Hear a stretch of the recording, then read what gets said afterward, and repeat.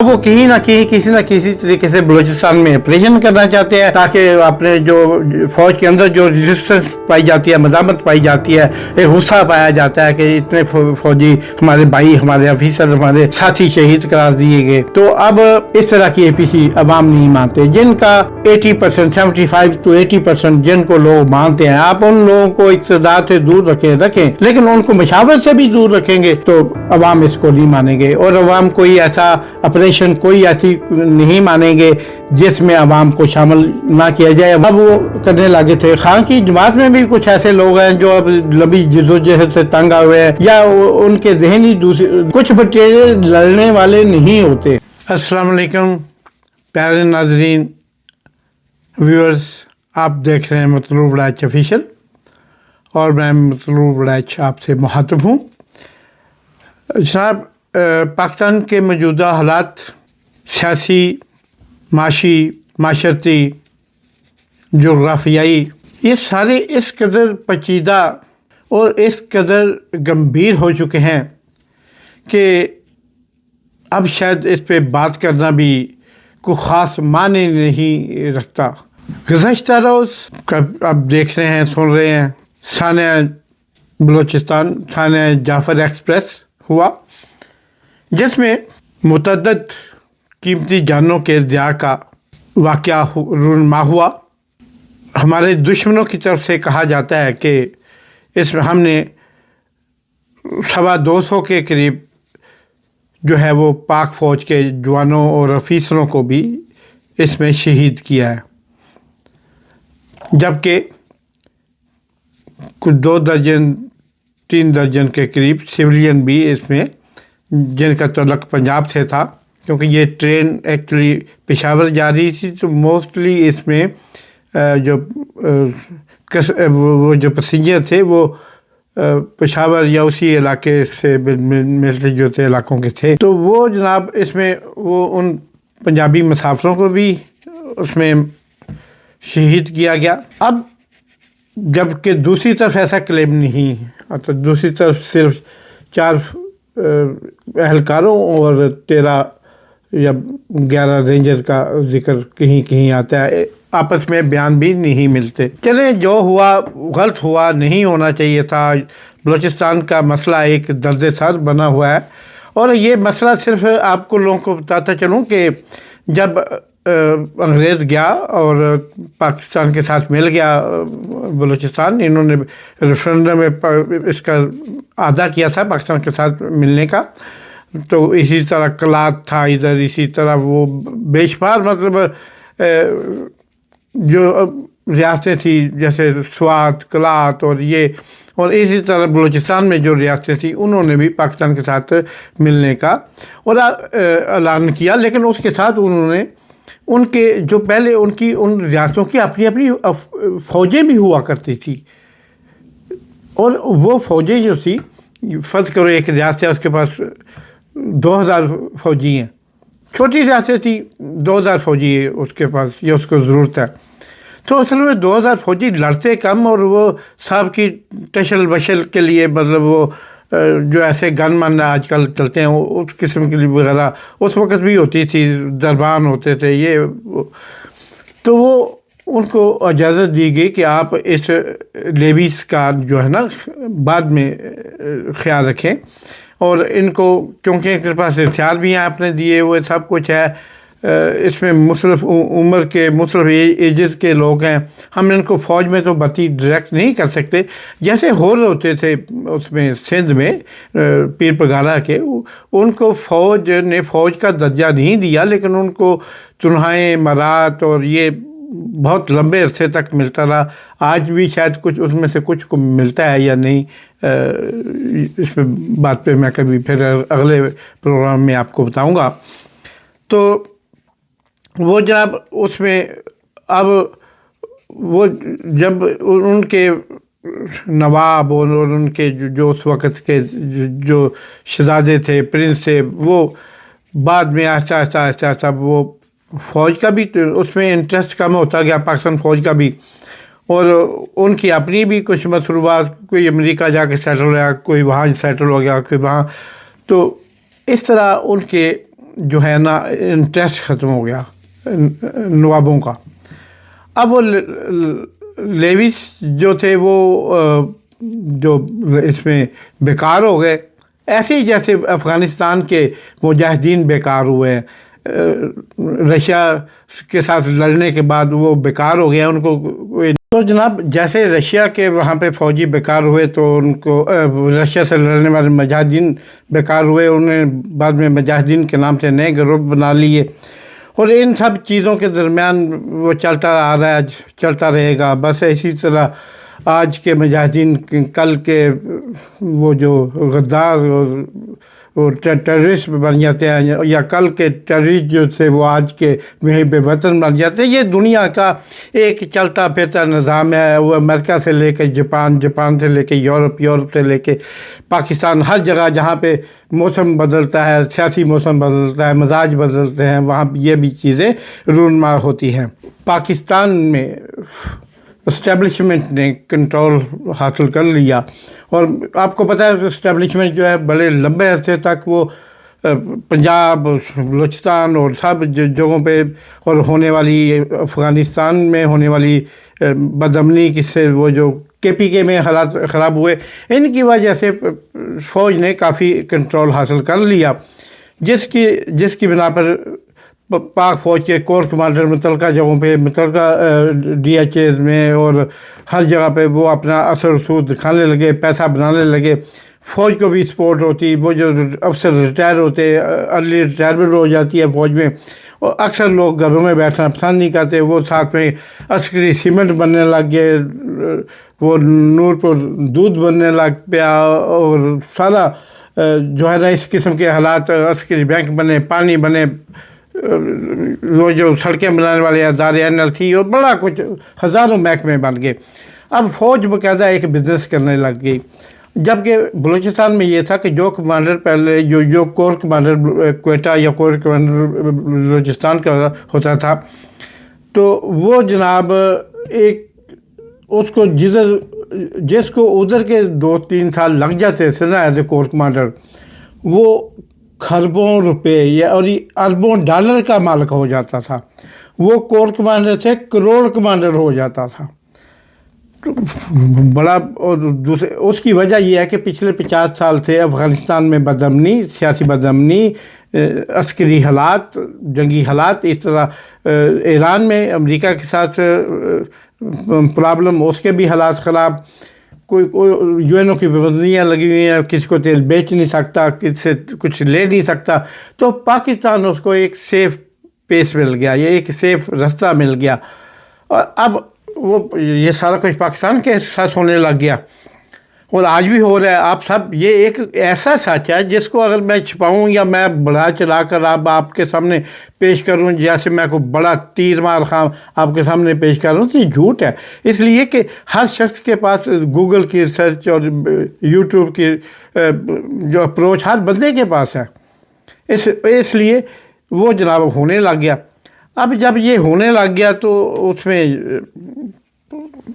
پاک فوج کے اپنے مزاج بدل گئے. جو اوپر والے 7, 8, 10 لوگ ہوتے تھے کور کمانڈر لیول کے، وہ اس سے پیسہ بنانے لگ گئے. جس کو کسی کو کوئٹہ مل گیا، کسی کو کاڑا مل گیا، کسی کو منگلہ مل گیا، کسی کو وہ پشاور کور کمانڈر پشاور ہو گیا، کوئی بڑے ایسے جو بڑے بڑے سندھ کا، کراچی کا کور کمانڈر، وہ جناب پیسے بنانے لگ گئے.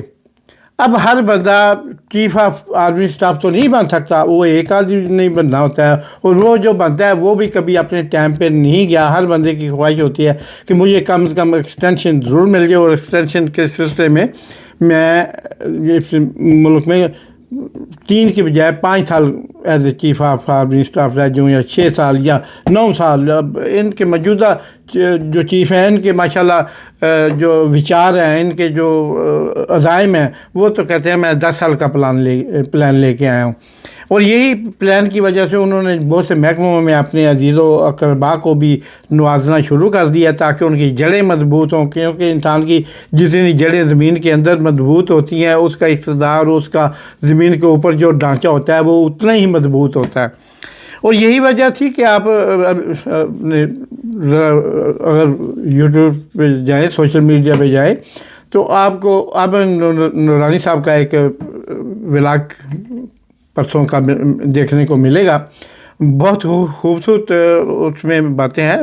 وہ بھی ملک چھوڑ کے بھاگے ہوئے ہیں. وہ جو خوبصورت باتیں کرتے ہیں اس وقت ان کی ملک میں کوئی گنجائش نہیں ہے.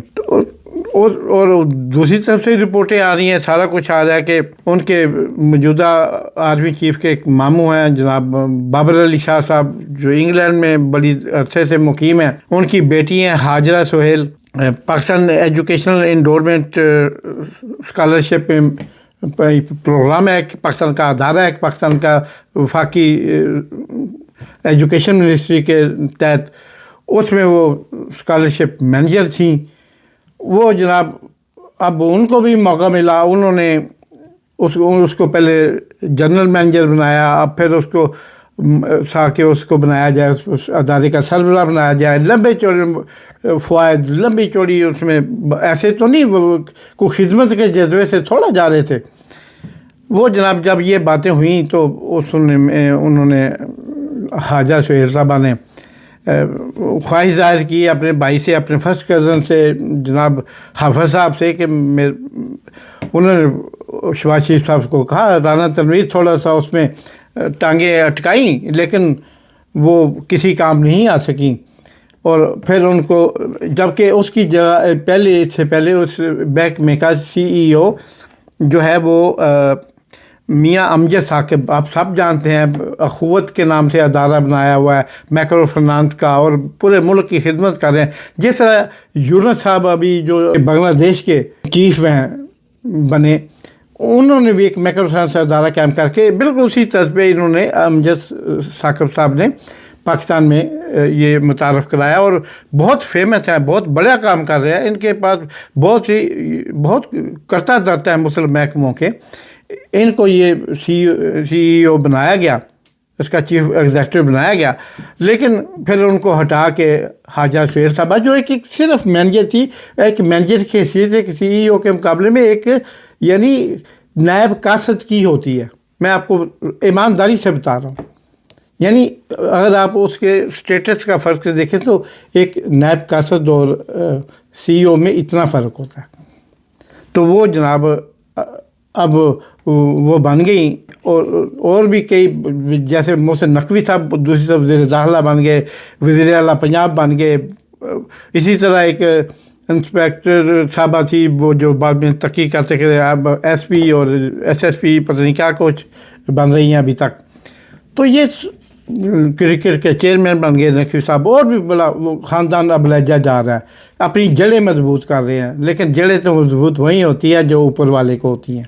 تو یہ تھے وہ حالات و واقعات جن کی وجہ سے ہماری قوم، ہمارا ملک جو ہے وہ کیوں ترقی نہیں کر رہا، سانحات کیوں پیش آ رہے ہیں. اب چونکہ یہ سانحہ پیش آیا، اسی وجہ سے پیش آیا کہ ابلائج کیے گئے ہیں لوگ، اور اس ابلائجز میں سے پھر بعد میں پرابلم کریٹ ہوتی ہیں.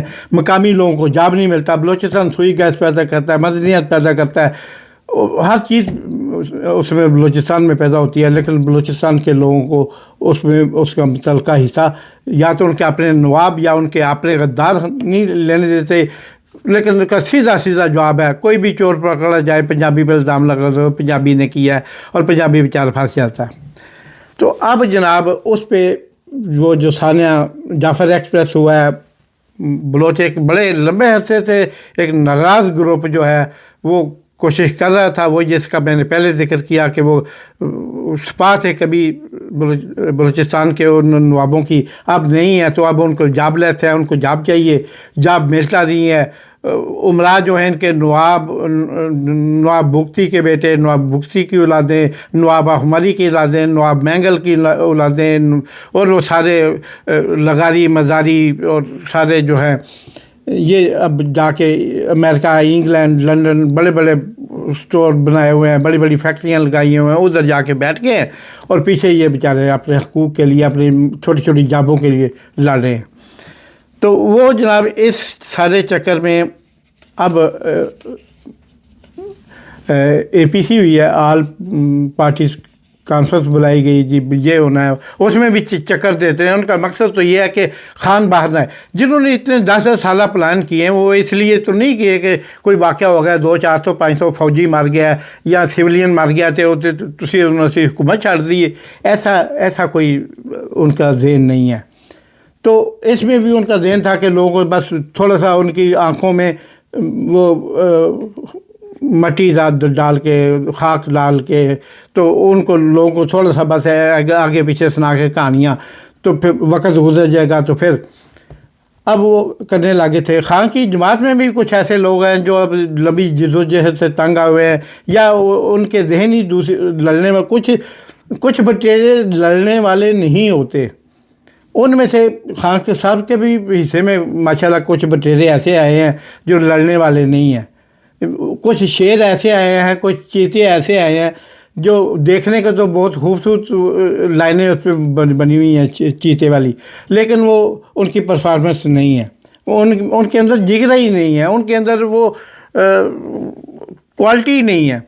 تو اب وہ جناب کیا کرتے ہیں، وہ کسی نہ کسی طریقے سے اقتدار سے چمٹے رہنا چاہتے ہیں، اپنی سیٹوں سے چمٹے رہنا چاہتے ہیں، جو کہ انہیں ایک حادثاتی طور پہ دوسرے سیاستدانوں کے پکڑے جانے، بھاگ جانے، انڈر گراؤنڈ چل جانے کی وجہ سے ان کو ملی ہیں۔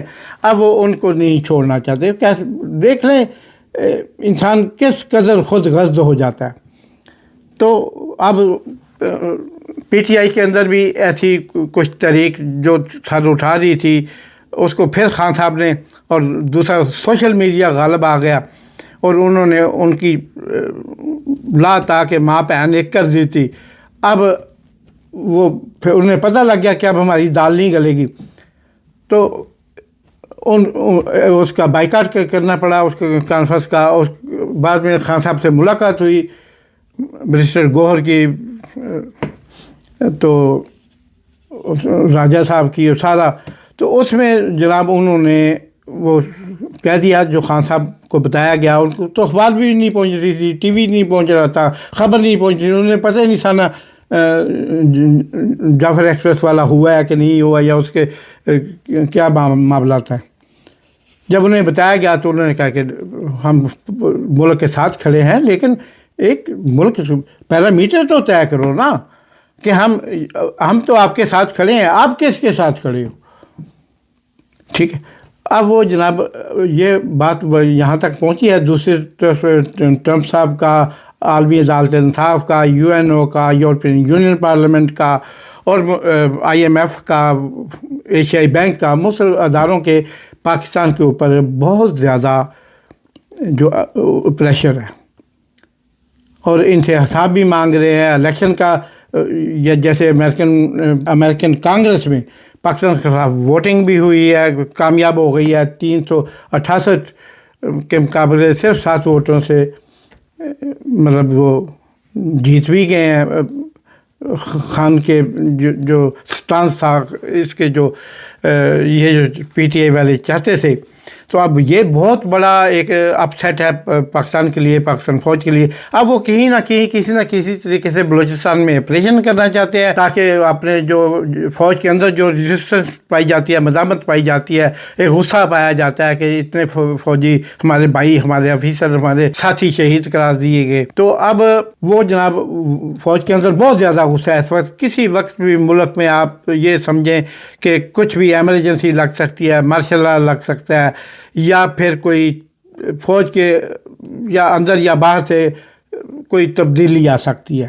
اس وقت حالات اس نیج پہ کھڑے ہیں کہ جیسے سوئی کے نکے کے اوپر بندہ کھڑا ہے، کوئی پتہ نہیں اگلے لمحے کیا ہونے والا ہے۔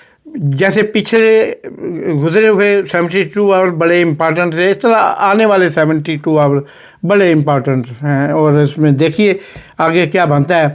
لیکن اس طرح کی اے پی سی عوام نہیں مانتے، جن کا 80%، 75 to 80% جن کو لوگ مانتے ہیں۔ آپ ان لوگوں کو اقتدار سے دور رکھیں، لیکن ان کو مشاورت سے بھی دور رکھیں گے تو عوام اس کو نہیں مانیں گے، اور عوام کوئی ایسا آپریشن، کوئی ایسی نہیں مانیں گے جس میں عوام کو شامل نہ کیا جائے۔ عوام کا اعتماد اس منصوبے کو، اس کارروائی کو جب تک عوام کا اعتماد حاصل نہیں ہوگا۔ اور یہ دیکھیں کہ آج جو کچھ ہوا، آج جو کچھ ہو رہا ہے، اور اے پی سی کے نام پہ جو فراڈ بھی کرنے کی کوشش کی جا رہا ہے، عوام کی آنکھوں میں دھول ڈالا جا رہا ہے اور سارا کچھ. لیکن یہ سمجھتے ہیں، میں سمجھتا ہوں، میری اپنی زندگی کا ایکسپیرینس ہے کہ جو آمر ہوتا ہے، جو وقت آمر نہ بھی ہو، وہ اقتدار پہ بیٹھا ہے، اس چیئر پہ بیٹھا ہے، کرسی پہ بیٹھا ہے، وہ کہتا ہے اتوں میں کتوں اٹھنا ہے، میں اتنے ہی ہوں، میں نہیں جاتا، فلانا مر گیا یا اس کی آئی تھی وہ مر گیا، میں نے تھوڑا مرنا ہے. نہیں، یہ نہیں ہوتا بھائی. یہ نظام قدرت ہے. یہ آپ کے، میرے، تیرے، ہم سب کے نظام سے ایک ڈفرینٹ نظام ہے، اور یہ نظام اسی طرح چلنا ہے جس طرح میرا رب ہونا چاہتا ہے. اس لیے اپنے عوام کو مشکلات میں نہ ڈالو، امتحانات میں نہ ڈالو، غیر ضروری امتحانات جن کا کوئی فائدہ نہیں، جن کا کوئی چکر نہیں ہے. آئیے پاکستان سے پیار کریں، پاکستان کی بہتری کے لیے کام کریں. ہم فوجی بھی، ہم جج بھی، ہم جرنیل بھی، ہم عوام بھی، ہم سارا سیاستدان بھی، بیوروکریٹس بھی، آئیے پاکستان کے لیے کام کریں. پاکستان پائندہ باد، اور دیکھتے رہیے مطلوب راج.